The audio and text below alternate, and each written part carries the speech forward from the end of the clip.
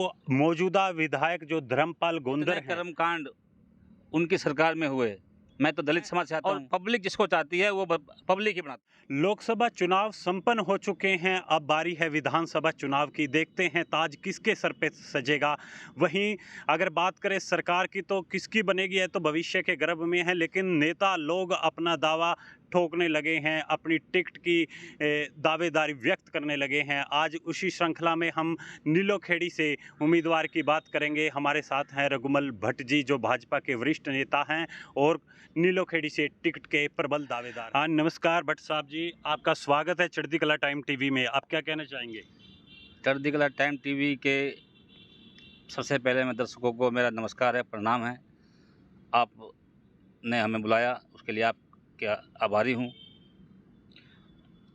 आप नीलोखेड़ी विधानसभा से टिकट मांग रहे हैं, क्या संभावना लग रही है आपको? देखो, नीलोखेड़ी में टिकट के लिए जो कार्यकर्ता है वो जो है ना, प्रयास तो करता ही सभी, तो मैं भी उनमें से एक कार्यकर्ता हूँ। मैंने 19 में भी प्रयास किया, अब भी प्रयास कर रहा हूँ और गंभीरता से लगे हुए हैं। गांव-गांव जाके नीलोखेड़ी शहर में हर जगह पूरी गंभीरता से लगे हुए हैं। बाकी पार्टी हाईकमान जो फैसला लेगी उस पर काम करेंगे। पार्टी ने मौका दिया तो पूरी तरह जनता की नीलोखेड़ी की किस्मत चमकाने का काम करेंगे। लेकिन अब की बार भारतीय जनता पार्टी बेहद संवेदनशील तरीके से टिकट वितरण का कार्यक्रम करने वाली है और टिकट वितरण के बारे में बताया जा रहा है कि सर्वेक्षण के आधार पर ही टिकट वितरित किए जाएंगे। तो आपको क्या लगता है कि अगर यदि सर्वेक्षण के आधार पर टिकट मिले तो आपकी स्थिति क्या रहने वाली है? जो सर्वेक्षण के आधार पर टिकट आ रहा है, यही हम जैसे कार्यकर्ताओं के लिए बहुत सौभाग्यशाली होने वाला है। क्योंकि अगर बिना सर्वे के जाएंगे तो कुछ लोग आ जाते हैं जो कम समय में काम किए होते हैं, लेकिन जो ग्राउंड का कार्यकर्ता है जिसने ज़मीनी स्तर पर काम किया होता है, उनका सर्वे में 100% नाम आता है।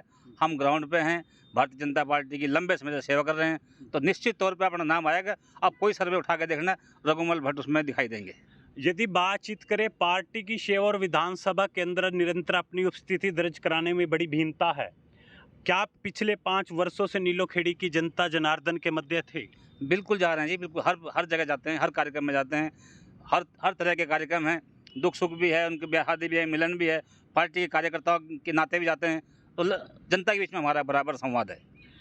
यदि भारतीय जनता पार्टी किसी कारण आपको टिकट देने में असमर्थता व्यक्त करती है, क्या आप निर्दलीय तौर पे भी ताल ठोकने के लिए प्रतिबद्ध हैं? देखिए, अगर पार्टी ने मौका दिया तो पूरी गंभीरता से चुनाव लड़ेंगे, जीतेंगे। नई पार्टी ने दिया, जिस भी कार्यकर्ता भाई को देगी उसके लिए समर्पण भाव से तन मन धन से उसकी सेवा करेंगे। पिछली बार 19 में भी कबीरपंथी जी को दिया तो हम उनके पहले दिन से उनके कार्यालय जाके पूरा अभियान चलाया उनके लिए। वो नहीं जीत पाए, वो अलग ही से हुआ, लेकिन पूरी ताकत से उनका काम किया। पार्टी अगर मौका देगी तो बहुत बढ़िया, जिसको भी देगी पार्टी करेंगे। नहीं तो हमारा प्रयास है, हम प्रदेश के नेतृत्व को भी, ऊपर नेतृत्व को भी हमने इस बार अर्जी लगाई है, गुहार लगाई है कि हम जैसे छोटे कार्यकर्ता जो ज़मीन के कार्यकर्ता हैं उनको मौका मिलना चाहिए। और मुझे लगता है पार्टी सर्वे के आधार पर अगर फैसला हो रहा है तो फिर आपको उसमें रघुमल भट्ट का नाम जरूर दिखाई देगा। पूर्व विधायक कबीरपंथी की यदि बात करें, वह भी पूर्ण रूप से सक्रिय हैं। क्या लगता है आपको? देखिए, वो हमारी पार्टी के नेता हैं, पहले विधायक रहे हैं, बहुत ही सम्मानित हैं। लेकिन पार्टी जब टिकट वितरण करती है, पार्टी कई एंगल देखती है, तो उस एंगल के आधार पे मुझे लगता है कि मैं उसमें सबसे ज़्यादा उपयुक्त हूँ। क्योंकि जो है ना, जब पार्टी टिकट देगी तो उसमें ये देखेगी कौन आदमी कितना पार्टी हित में कितना ज़्यादा काम किया है, वो सब चीज़ें हैं। यदि हम बात करें तो हर नेता को अपने विधानसभा के विषय की समस्याओं का ज्ञान होता है। आप विधानसभा नीलोखेड़ी के किन मौलिक मुद्दों पर चुनाव लड़ोगे? देखिए, एक तो सबसे पहले जब नीलोखेड़ी बना तो बहुत समय पहले, आज़ादी के तुरंत बाद ही वहाँ गवर्नमेंट प्रेस बनी। आज बिल्कुल मरणासन है। मुझे अगर मौका मिला, पार्टी ने टिकट दिया और मैं चुन के आया, तो नीलोखेड़ी में जो प्रेस बंद पड़ी है उसे दोबारा से उसका पुनर्जीवित करेंगे, उसका नव निर्माण होगा और जो कर्मचारी आज भटक रहे हैं उन कर्मचारियों को भटकना नहीं पड़ेगा।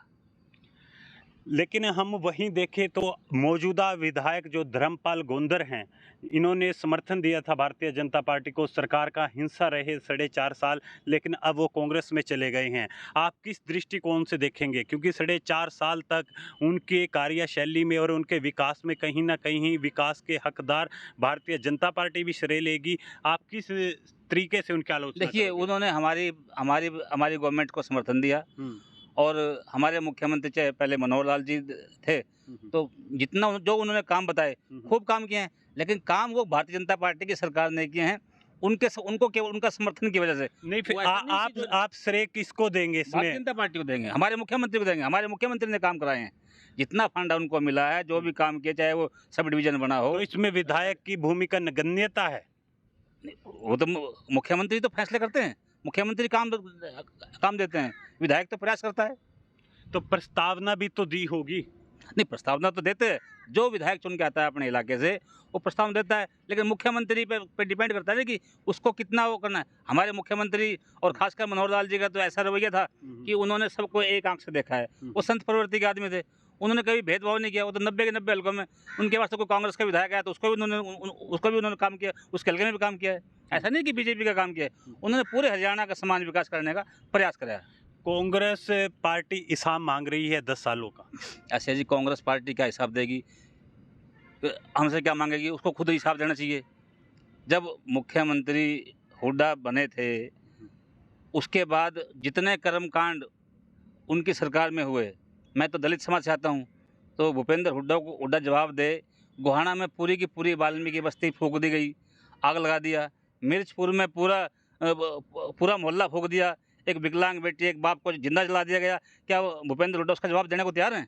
अपना जवाब तो दें पहले कि हमने क्या कार्यकलाप किए हैं। हमारा जवाब तो बिल्कुल ओपन सा है।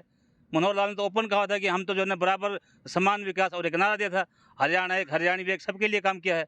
हमारा तो ऐसा कुछ है नहीं, हमारा तो बिल्कुल ओपन खुली किताब है।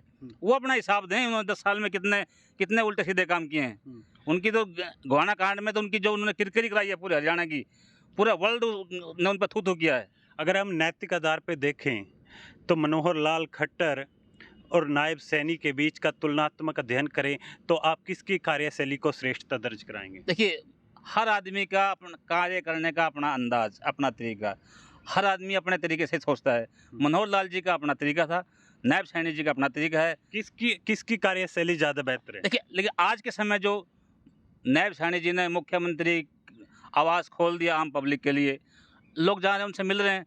क्या पहले मिलने में असमर्थ थे लोग? नहीं, उन्होंने मौका नहीं दिया ना। ऐसा नहीं कि उन्होंने मौका नहीं चाहते थे तो काम नहीं किया, काम वो करते थे। लेकिन नायब सैनी जी ने कहा कि दरवाजे खोल दो, खुल गए। तो मुख्यमंत्री पर डिपेंड करता है। क्या ये जो विधानसभा का चुनाव है, पहले ही बोल चुके हैं कि नायब सैनी जी के नेतृत्व में लड़ा जाएगा, तो कैसे देखते हैं, क्या परिणाम रहने वाले हैं? नायब सिंह सैनी जी के नेतृत्व में अगली हमारी सरकार बनने वाली है। दुनिया की कोई ताकत उसे रोकेगी नहीं।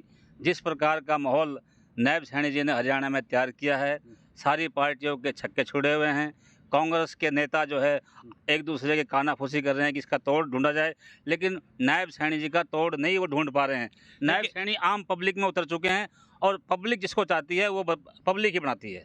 लेकिन विधानसभा की दृष्टि से अगर लोकसभा चुनाव का मूल्यांकन करें तो कहीं न कहीं कांग्रेस बाजी मार रही है 46 विधानमंडलों में। उसका कोई फर्क नहीं पड़ता है। विधानसभा हमारा लोकल इशू है, लोकसभा देश का इशू था। अब ये लोकल इशू हरियाणा की राजनीति का इशू है। हरियाणा में नायब सिंह सैनी मनमोहक, बिल्कुल सुरीले, मीठे, हंसमुख ऐसा मुख्यमंत्री, मेरी जो उम्र के हिसाब से, मुझे 40 साल से राजनीति में हूँ, मैंने 40 साल में ऐसा कोई मुख्यमंत्री नहीं देखा जो लोगों की जफ्फी पाता हो, लोगों के सेल्फी लेता हो, 3-3 हज़ार लोगों से रोज़ मिलता हो। ऐसा मुख्यमंत्री दुनिया में नहीं है। ये पहला मुख्यमंत्री है। मैं कहता हूँ कि परमात्मा का कोई आशीर्वाद है। नायब सैनी जी आम जनता के बीच में हैं, वो जनता के मुख्यमंत्री हैं। वो अधिकारी कर्मचारी बड़े उसके नहीं है, आम पब्लिक के। जहाँ देखो 10 लोग मिल गए, गाड़ी रोक के हाल चाल पूछते हैं, माताओं को नमस्कार करते हैं। ऐसा मुख्यमंत्री है नहीं कोई, मुझे नहीं लगता कि पूरी दुनिया में कोई होगा। नायब सैनी पहले ऐसे मुख्यमंत्री हैं और उनके इस रवैये की वजह से पूरे देश में खलबली है और हरियाणा की जनता में उनकी जय जयकार हो रही है कि नायब सिंह सैनी से बढ़िया मुख्यमंत्री हो नहीं सकता। और मैं भी हरियाणा के लोगों से, मेरी भी अपील है कि ऐसा बढ़िया मुख्यमंत्री, ऐसा आदमी जो आम जनता के बीच में हो, कार्यकर्ता को गले लगाता हो, पब्लिक का काम करता हो, ऐसे मुख्यमंत्री को जाने नहीं देना चाहिए फुल समर्थन से। और मैं ये दावे से कहता हूँ अगली गवर्नमेंट जो है नैब सिंह सैनी के नेतृत्व में बनेगी और 70 से ज़्यादा विधायक अकेले बीजेपी के चुन के आएंगे। धन्यवाद। तो ये थे रघुमल भट्ट जो नीलोखेड़ी विधानसभा से अपना दावा ठोक रहे हैं, जो कह रहे हैं कि हम भी प्रबल दावेदार हैं जो भारतीय जनता पार्टी से माने जा रहे हैं। लेकिन देखने वाली बात है कि वास्तविकता और व्यवहारिकता में क्या रहने वाला है। अभी सारी सब कुछ भविष्य के गर्भ के अंदर है। बाकी समाचारों के लिए आप देखते रहिए चढ़ती कला टाइम टीवी। मैं हूं प्रवीण कैंसा अपने सहयोगी प्रदीप मोहन के साथ।